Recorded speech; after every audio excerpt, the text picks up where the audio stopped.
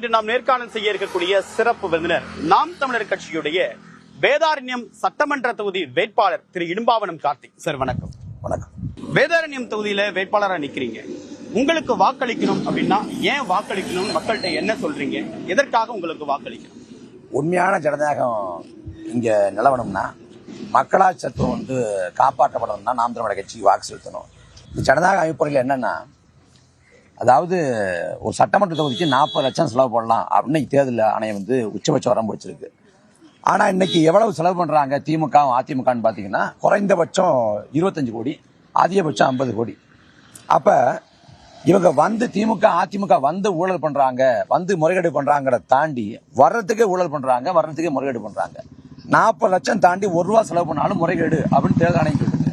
அப்ப 25 கோடியை கொட்டி வச்சா ஐயா ஓஎஸ் மணியும் ஐயா புகழேந்தியும் ஆட்சிக்கு வர துடிப்பாங்க அப்படின்னா, அப்ப முறைகேடு பண்ணி வர்றவங்க எப்படி நல்லாட்சி தருவாங்க? அப்ப இந்த முறையே பிள்ளையா இருக்கு. இப்ப இந்த இடத்துல நாம் தமிழர் கட்சியை பொறுத்த வரைக்கும் கொள்கையை சொல்லி, கோட்பாட்டை சொல்லி, கருத்தை சொல்லி மக்களை நாங்க நம்பிக்கையை பெற்று நாங்க வாக்களிப்படுறோம். அப்ப நாம் தமிழர் கட்சி அதிகாரத்துக்கு வந்தா அது மக்களுக்கான ஆட்சியா இருக்கும், அது தொண்டா இருக்கும், அது ஊழியமா இருக்கும், அது சேவையா இருக்கும். திமுகவும் அதிமுக வந்தா அவங்க ஒரு வர்த்தகம் போல, ஒரு தொழில் போல பாக்குறாங்க. காசை போட்டு காசு எடுக்கக்கூடிய, ஒரு லாபம் பார்க்கக்கூடிய ஒண்ணா பாக்குறாங்க. அப்ப நாம் தமிழர் கட்சி வாக்கு செலுத்துவதுதான் சரியா இருக்கும்.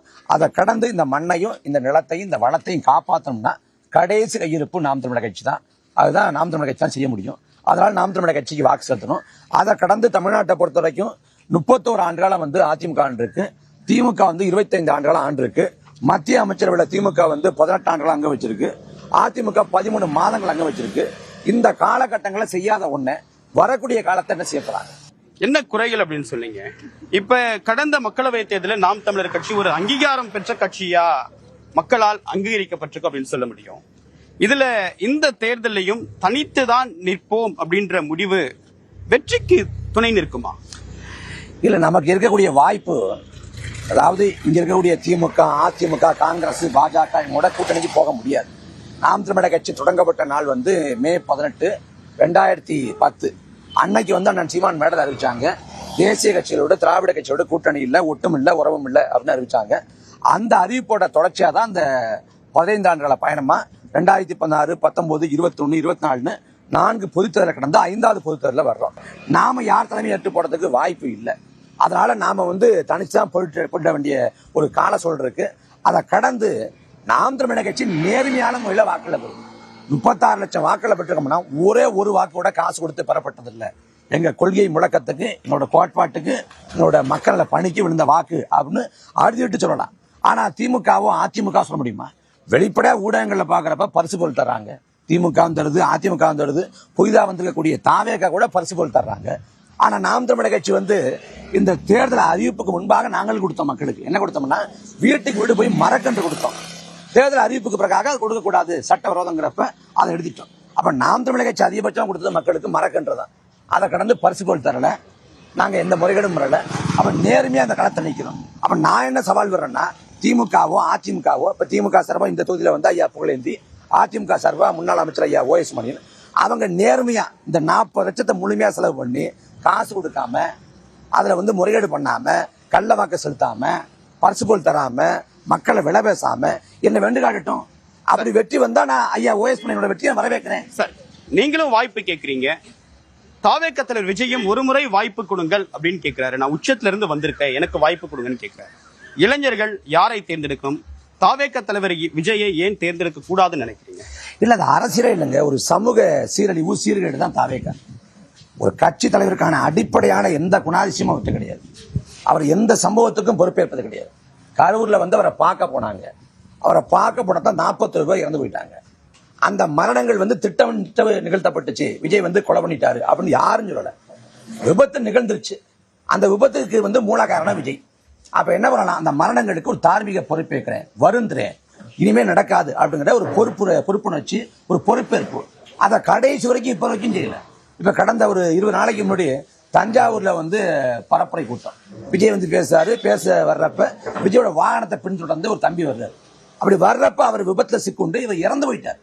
இறந்து போன பிறகு அவருக்கு இரங்கல் அறிக்கை கூட விஜயோட பக்கத்துல வரல. அப்ப குறைந்தபட்சமான ஒரு மனித தன்மையே இல்லாம இருக்கக்கூடிய ஒரு தலைவற்ற கொண்ட அதிகாரத்தை கொடுத்தா என்ன ஆகும்? திமுக அதிமுக சிறஞ்சு போச்சு. ஆனா தாவேக்கா வர்றப்ப சிரிஞ்சு வருது. திமுக அதிமுக வந்து உயிர்களை காவு வாங்கினாங்க. ஆனா தாவேக்கா பொறுத்த வரைக்கும் 54 உயிர் போச்சு. இந்த 54 உயிரில் யார் வீட்டுக்கு விஜய் போனாரு, யார் வீட்டுக்கு போய் இரங்கல் சொன்னாரு? அப்பெல்லாம் ஒண்ணும் இல்லையே. அப்ப தன்னை வந்து ஒரு மன்னர் போல சராசரி மனுஷனை விட நான் மேலானவன் அப்படின்னு நினைக்கிறேன். அகந்திர செல்வர்றார். நான் வந்து ஊடகத்தை சந்திக்க மாட்டேன், களத்துல நிக்க மாட்டேன், மக்களுக்காக போராட மாட்டேன், எதுவும் செய்ய மாட்டேன், மக்களுக்கு ஓட்டு போட்டுவான்னு நினைக்கிறாருல. இந்த செருக்கு, இந்த மமதை வீழ்த்தப்படணும். அதனால தாவேக்கா தோற்கடிக்கப்படணும்.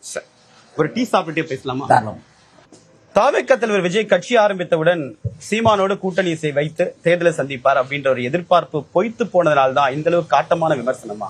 இல்ல, அப்படிலாம் இல்ல. தாவேக்காங்க கட்சி தொடங்குறப்ப திமுக தொடக்கணிலே விமர்சனம் பண்ணாங்க. திமுகனா யாரோ ஒருத்தவங்க இல்லை, திமுகவோட முதன்மையான நிர்வாகிகள், அமைச்சர்கள், அவங்க எல்லாம் விமர்சனம் பண்ணாங்க. ஆனா தொடக்கணில நாங்க விமர்சனம் பண்ணல, எதிர்க்கல, வரவேற்றோம், ஆதரவா அறிக்கை கொடுத்தோம். அவர் அந்த கோட்பாட்டில் இருக்கிறாரு. அவர் அக்டோபர் மாசம் நினைக்கிறேன் விக்கிரவாண்டில் மாநாடு போடுறப்ப கொள்கை திருவிழா அப்படின்னு அறிவிச்சாரு. திராவிடமும் தமிழ் தேசியமே கண்கள் அப்படின்னாரு. அப்புறம் சாதி மதம் மொழி இனம்னு சாதி மதத்துக்கு பக்கத்துல மொழி இனத்தை வச்சாரு. அப்ப அந்த இடத்த ஒரு கோட்பாட்டு முரண் வருது. அந்த கோட்பாட்டு முரண் அடிப்படையில் தான் தாவேக்காவை வந்து விமர்சிக்க ஆரம்பிக்கணும். மற்றபடி அவர் மேல என்ன சொல்ற தனிப்பட்ட வெறுப்போ காழ்ப்புணர்ச்சியோ அது எதுவுமே இல்லை. அதுக்கு பிறகு அவரோட செயல்பாடுகள், கரூர்ல 40 ரூபாய் இறந்து போன பிறகு அந்த உண்மையை எடுத்துரைச்சு பேசுறோம். கரூர்ல நடந்த என்ன அப்படின்னு எடுத்துரைச்சு பேசுறோம். அந்த சமயத்துல ஒவ்வொருத்தருக்கும் சாயம் பூசுறாங்க. இவங்க திமுகவோட கைகூடிகள், திமுக காசு வாங்கிட்டாங்க அப்படின்ட்டு. நான் என்ன கேட்கிறேன், தாவேக்கா தொடங்கப்பட்டு இந்த 2 ஆண்டு காலத்துல திமுகவுக்கு எதிராக விஜய் நடத்திய போராட்டங்கள் எத்தனை? அதிகபட்சம் போராட்டம் அப்படின்னு பார்த்தா தம்பி அஜித்குமார் கொலை செய்யப்பட்டப்ப ஒரு 40 நிமிஷம் பேசினார். அவர் வந்து பேசினது 10 நிமிஷம், அந்த ஆர்ப்பாட்டம் 40 நிமிஷம். அப்புறம் வந்து பரந்தூர்ல போய் 20 நிமிஷம் இந்த மக்கள் சந்திப்பு. அதை கடந்து இந்த ஆட்சி அதிகாரத்துக்கு எதிராக அவர் நடத்திய போராட்டம் எந்த போராட்டமும் இடத்துல. அதே போல தன்னெழுச்சியா வந்து செவிலியர்கள், மாற்றுத்திறனாளிகள், அப்புறம் வந்து ஆசிய பெருமக்கள், அங்கன்வாடி பணியாளர்கள், தூய்மை பணியாளர்கள், பலதரப்பட்ட மக்கள் வந்து தன்னெழுச்சியா போராடுறாங்க. அவங்க துறை சார்ந்த கோரிக்கையை வச்சு எந்த போராட்ட களத்தை போயிடுன்னா அவங்களுக்கு ஆதரவாக பேசினாரு. இல்ல வந்து ஒரு சமூகத்துல வந்து அவலம் இருக்கு, இந்த சிக்கல் இருக்கு, இதுக்கு எதிராக போராட வாங்க அப்படின்னு அழைப்பு எடுக்கிற, அறைகூல் எடுக்கிற மாதிரி மக்களை போராட ஏதாவது தயார் பண்ணாருன்னா அதுவும் இல்லை.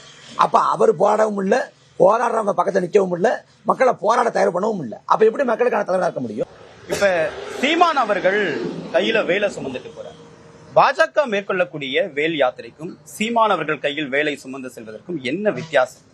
வேலை வந்து நாங்க எடுத்த பிறகுதான் பாஜக எடுக்க தொடங்குது. சரியா நீங்க சொல்ல போனா 2020ஆம் ஆண்டு அந்த கருப்பர் கூட்டம் அப்படிங்கிற ஒரு வலைவழியில வந்து ஒரு காணொளி வருது. என்ன காணொளி அப்படின்னா, அந்த முருகனை வந்து கந்த சஷ்டி கவசத்தை வந்து இழித்துரைச்சு ஒருத்தர் காணொளி போடுறாரு. அது வந்து சமூக வலைதளங்கள்ல தீயா பரவுது. அது வந்து அன்னைக்கு அரசியல் களத்தில் எதிரொலிக்குது. எல்லாரும் கண்ணங்களை வெளிப்படுத்துறாங்க. அதுக்கு பிறகுதான் தமிழ்நாட்டில் வந்து முருகன்கிற ஒன்றை வந்து பாஜக தொடுது.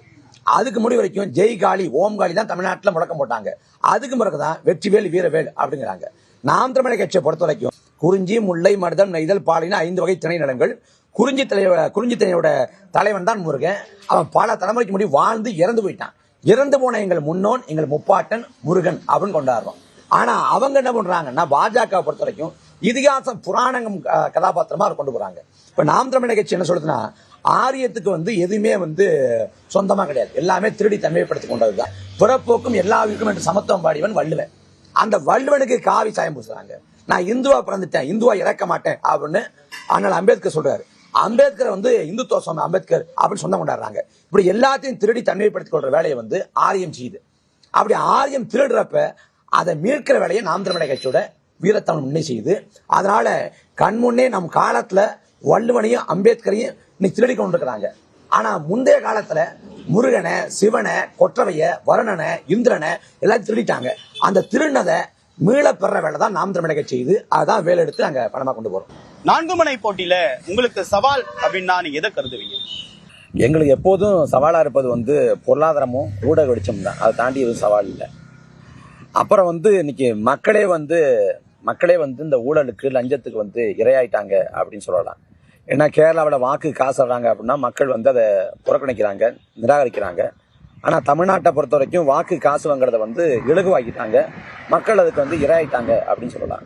அப்போ இந்த மாதிரி குற்றச்சமூகமாக மாறிப்போன சமூகத்தில் வந்து கருத்தை சொல்லி, கோட்பாட்டை சொல்லி அவங்கள ஈர்த்து கொண்டு வந்து ஒரு அரசியலால் கட்டி போகிறது வந்து ஒரு சவாலான பணி. அதை தாண்டி நாம் தமிழர் கட்சிக்கு வந்து போதுமான ஊடக வெளிச்சம் இல்லைங்கிற வருத்தம் வந்து எப்போதும் உண்டு. அப்புறம் எங்களுக்கு இருக்கக்கூடிய இந்த பொருளாதார அந்த பலவீனம், 40 லட்சம் செலவு பண்ணலாம்னா இங்கே 10 லட்சத்துக்கு கூட வழி இல்லாமல் இருக்கிறாங்க. பல தொகுதியில் வந்து எரிபொருள் செலவுக்கு, திருமண கூட்டம், பொதுக்கூட்டம் போடுறதுக்கு, துண்டறிக்கை அடிப்பதற்கு இதுக்கே கூட கஷ்டப்படுறாங்க. அதுதான் சவால், மற்றபடி வேற எந்த சவாலும் இல்லை. இலவசங்களுக்கு எதிராக கடுமையான விமர்சனத்தை வைக்கிறீங்க. இலவசம் மக்களுடைய வாழ்க்கை தரத்தை உயர்த்திருக்கு. அதில் இலவசங்களா பார்க்குற சமூக நிலை திட்டங்கள், சமூக மேம்பாட்டுக்கான திட்டங்கள் அப்படின்னு தான் சொல்றாங்க.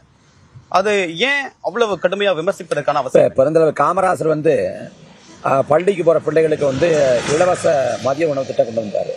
அதே போல சீருடை அப்படிங்கிற ஒன்றை கொண்டு வந்தார். அந்த இலவசங்கிறது ஒரு நல்ல நோக்கத்தை அடிப்படையாக கொண்டது. ஆனா திமுக அதிமுக கொடுக்கக்கூடிய இலவசம்லாம் தேர்தல் கால இலவசம். இதை நான் தர்றேன், எனக்கு நீ வாக்கு போடு அப்படிங்கிற இலவசம். இதுல இலவச தொலைக்காட்சி, இலவச மாவு அரைக்கிற எந்திரம், அப்புறம் குளிர்சாதன பெட்டி, துணி துவைக்கிற எந்திரம், இது எல்லாமே முழுக்க முழுக்க வாழ்க்கை தரத்தை மேம்படுத்துவதற்கான நோக்கத்தோடு இல்லை, முழுக்க முழுக்க வாக்களை பறிக்கிறதா.